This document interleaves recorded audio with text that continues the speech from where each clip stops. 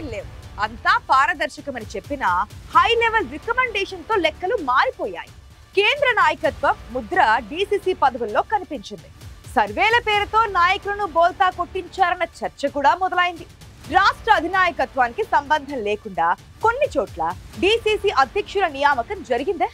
బీఫామ్లు తానే ఇస్తారని బీరాలు పలికిన ఎమ్మెల్యేకు కావాలని చెక్ పెట్టారా? ఎమ్మెల్యేలపై అసంతృప్తితోనే ఏరి కోరి బీసీ నేతను తెరపైకి తెచ్చారా? కొత్త అధ్యక్షుడికి ఎమ్మెల్యేలు సహకరిస్తారా?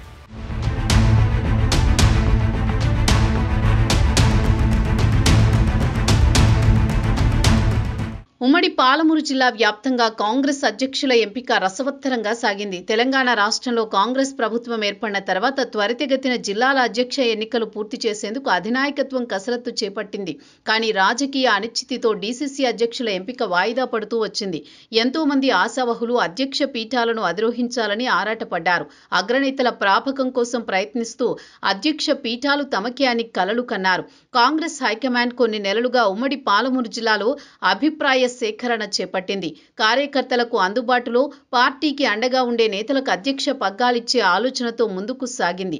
జిల్లా కేడర్ ఏకాభిప్రాయంతో డీసీసీ అధ్యక్ష ఎన్నిక జరగాలని కాంగ్రెస్ భావించింది. కానీ ఉమ్మడి పాలమూరు జిల్లాలో ఎమ్మెల్యేల వర్గపోరు కింది స్థాయి కేడర్కి తలనొప్పిగా మారింది. రాష్ట్ర నాయకత్వానికి పాలమూరు కసరత్తు చెమటలు పట్టించింది.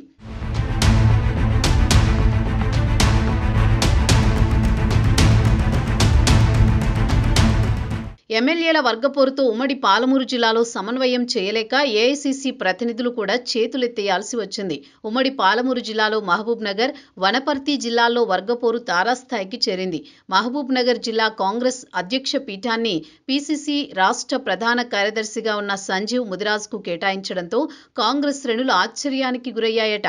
దేవరకద్ర ఎమ్మెల్యే డీసీసీ మాజీ అధ్యక్షుడు మధుసూదన్ రెడ్డికి మరోసారి అవకాశమిస్తున్నట్లు జిల్లాలో జోరుగా ప్రచారం జరిగింది. దీంతో చాలా మంది ఆశావహులు తమ ప్రయత్నాలు విరమించుకున్నారు.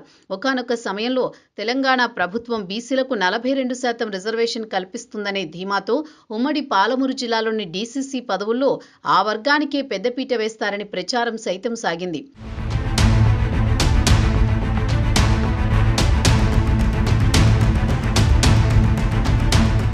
ఎన్నో ఏళ్లుగా పార్టీ కోసం నిబద్ధతతో పనిచేస్తూ క్యాడర్కి అండగా ఉంటున్న బీసీ నేత సంజీవ్ ముదిరాజ్, మరో కాంగ్రెస్ నేత ఎన్పీ వెంకటేష్, మైనార్టీ నేత సిరాజ్ ఖాద్రీ తమ ప్రయత్నాలు చేస్తూ వచ్చారు. అనూహ్యంగా టీటీడీ బోర్డు మాజీ సభ్యుడు జీవన్ రెడ్డి పేరు సైతం డీసీసీ రేసులో బలంగా వినిపించింది. సీఎం రేవంత్ సైతం జీవన్ రెడ్డి వైపే మొగ్గు చూపారనే ప్రచారం జోరందుకుంది జిల్లాలో. ముఖ్యంగా పాలమూరు జిల్లాలోని 3 నియోజకవర్గాల ఎమ్మెల్యేలు కూడా ఒకానొక సమయంలో జీవన్ రెడ్డికే డీసీసీ ఇస్తే తమకు అభ్యంతరం లేదన్న లేఖలు కూడా రాష్ట్ర అధినాయకత్వానికి పంపినట్టు ప్రచారం జరిగింది. ఇలా ఎవరికి వారే పైరవీలు చేసుకుంటూ భవిష్యత్తు అధ్యక్షుణ్ణి తానే అని తమ వర్గం వద్ద చెప్పుకుంటూ సంబరాలు చేసుకున్నారు.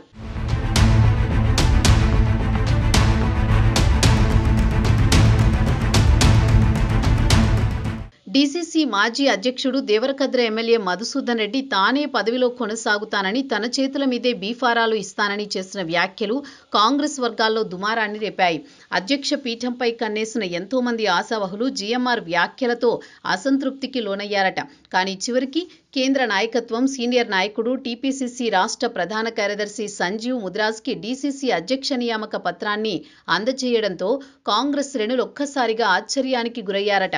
కార్యకర్తలకు అండగా ఉంటూ కామ్గా పనిచేసుకు వెళుతున్న సంజీవ్ ముదిరాజ్ని అధ్యక్ష పీఠం వరించడంతో బీసీ వర్గాల్లో సంబరాలు మిన్నంటాయి. తానే కొనసాగుతాననే కాన్ఫిడెన్స్తో ఉన్న మధుసూదన్ రెడ్డి ఈ పరిణామాలతో తీవ్ర నిరాశకు లోనయ్యారంటున్నారు.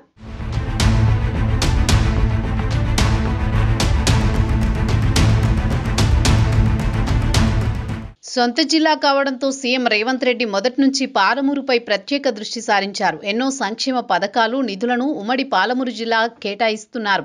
కొత్తగా ఏ సంక్షేమ పథకాన్ని ప్రవేశపెట్టినా ముందుగా ఉమ్మడి పాలమూరు జిల్లాలో ప్రారంభించడం సీఎం రేవంత్ రెడ్డికి ఆనవాయితీగా మారింది. అంతగా తన జిల్లాపై అభిమానం చూపిస్తున్నారు సీఎం. కానీ సొంత జిల్లాలోనే కొందరు ఎమ్మెల్యేల వర్గపోరు ఆయనకు తలనొప్పులు తెచ్చిపెడుతోంది. ముఖ్యంగా ఉమ్మడి పాలమూరు జిల్లాలోని 4-5 ఎమ్మెల్యేలు సీఎంకు వ్యతిరేకంగా గతంలో ఓ రహస్య భేటీ నిర్వహించడం, దాని తర్వాత కొందరు ప్రభుత్వంపైనే విమర్శలు చేయడంతో సొంత జిల్లాలో సీఎంకు వ్యతిరేక వర్గం మొదలైందన్న ప్రచారం రాష్ట్ర స్థాయిలో సంచలనంగా మారింది. జిల్లా ఎమ్మెల్యేలపై సీఎం సీరియస్గా ఉన్నట్లు, కొందరిని పలుమార్లు రాజధానికి పిలిపించి క్లాసు కూడా పీకినట్టు ప్రచారం జరిగింది. ఈ నేపథ్యంలో మహబూబ్నగర్ జిల్లా అధ్యక్ష పీఠంపై ఎన్నో ఆసక్తికర రాజకీయ సమీకరణాలు మొదలయ్యాయి.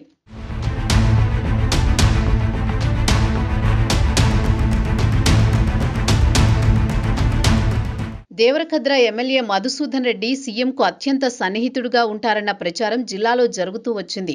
ఈ క్రమంలోనే జిల్లా అధ్యక్ష పగ్గాలు మరోసారి ఆయన చేతికే వస్తాయని అంచనా వేసుకున్న కొన్ని వర్గాల కాంగ్రెస్ శ్రేణులు అసంతృప్తికి లోనయ్యారు. అందరి అంచనాలు తల్లకిందులు చేస్తూ మహబూబ్నగర్ జిల్లా కాంగ్రెస్ అధ్యక్ష పీఠాన్ని సంజీవ్ ముదిరాజ్కు వనపర్తి జిల్లాలో చిన్నారెడ్డి, మేఘారెడ్డి కుమ్ములాట్లతో ఇద్దరికీ చెక్ పెట్టేలా శాప్ చైర్మన్ శివసేనారెడ్డికి జిల్లా అధ్యక్ష పదవి కట్టబెట్టడంతో అక్కడి కాంగ్రెస్ వర్గాలు భంగపాటుకు గురయ్యాయి. ఎమ్మెల్యేల అభిప్రాయాలను బేఖాతరు చేస్తూ కేంద్ర అధిష్టానం మహబూబ్నగర్ జిల్లా అధ్యక్షుడిగా సంజీవ్ ముదిరాజ్కు, వనపర్తి జిల్లా అధ్యక్ష పీఠాన్ని శివసేనారెడ్డికి కేటాయించడం వారికి ముందు అగ్ని పరీక్షేనని కాంగ్రెస్ శ్రేణులు అభిప్రాయపడుతున్నాయి. ముఖ్యంగా స్థానిక ఎన్నికల్లో జిల్లా అధ్యక్షుల పాత్ర ఎక్కువగా ఉంటుందని, సీనియర్ నాయకులను, కార్యకర్తలను కలుపుకొని పోయి గెలుపు గుర్రాలకు టికెట్ ఇవ్వడం వారికి పెద్ద పరీక్ష అని అంటున్నారు. కొత్త డీసీసీ అధ్యక్షులకు ఎమ్మెల్యేలు సహకరిస్తారా అన్న సందేహం కూడా ఆయా జిల్లా కాంగ్రెస్ శ్రేణుల్లో అప్పుడే మొదలైందట. ముందుంది ముదుసళ్ల పండుగ అని కొందరు ఎమ్మెల్యేలు తమ వర్గం వారితో అక్కసు వెళ్లగక్కుతున్నారట. మహబూబ్ నగర్, దేవరకద్ర ఎమ్మెల్యేల మధ్య కొంత గ్యాప్ ఉందని, తన నియోజకవర్గంలో జీఎంఆర్ జోక్యం పెరిగిందని ఎన్నం అసంతృప్తితో ఉన్నారనే ప్రచారం జరిగింది. మధుసూదన్ రెడ్డి మరోసారి డీసీసీ అధ్యక్షుడైతే ఎన్నం శ్రీనివాసరెడ్డి వర్గీయులకు కంటగింపుగా మారుతుందన్న ప్రచారం సైతం కొనసాగింది. కానీ అనూహ్యంగా సంజీవ్ ముదిరాజ్కు అధ్యక్ష పీఠం కేటాయించడంతో మహబూబ్ నగర్ ఎమ్మెల్యే వర్గం సంబరపడుతోందట. వనపర్తి జిల్లాలో ఎమ్మెల్యే, మాజీ మంత్రి మధ్య ఉన్న విభేదాలతో కొత్త అధ్యక్షుడికి కొన్ని ఇబ్బందులు తప్పవని అంటున్నారు.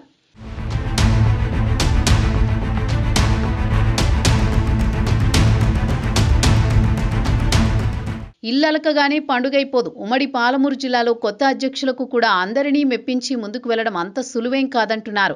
ఎమ్మెల్యేలు, నియోజకవర్గాల్లో ముఖ్య నేతల మధ్య ఉన్న వర్గపోరు డీసీసీ కొత్త సారథులకు సవాలే అంటున్నారు.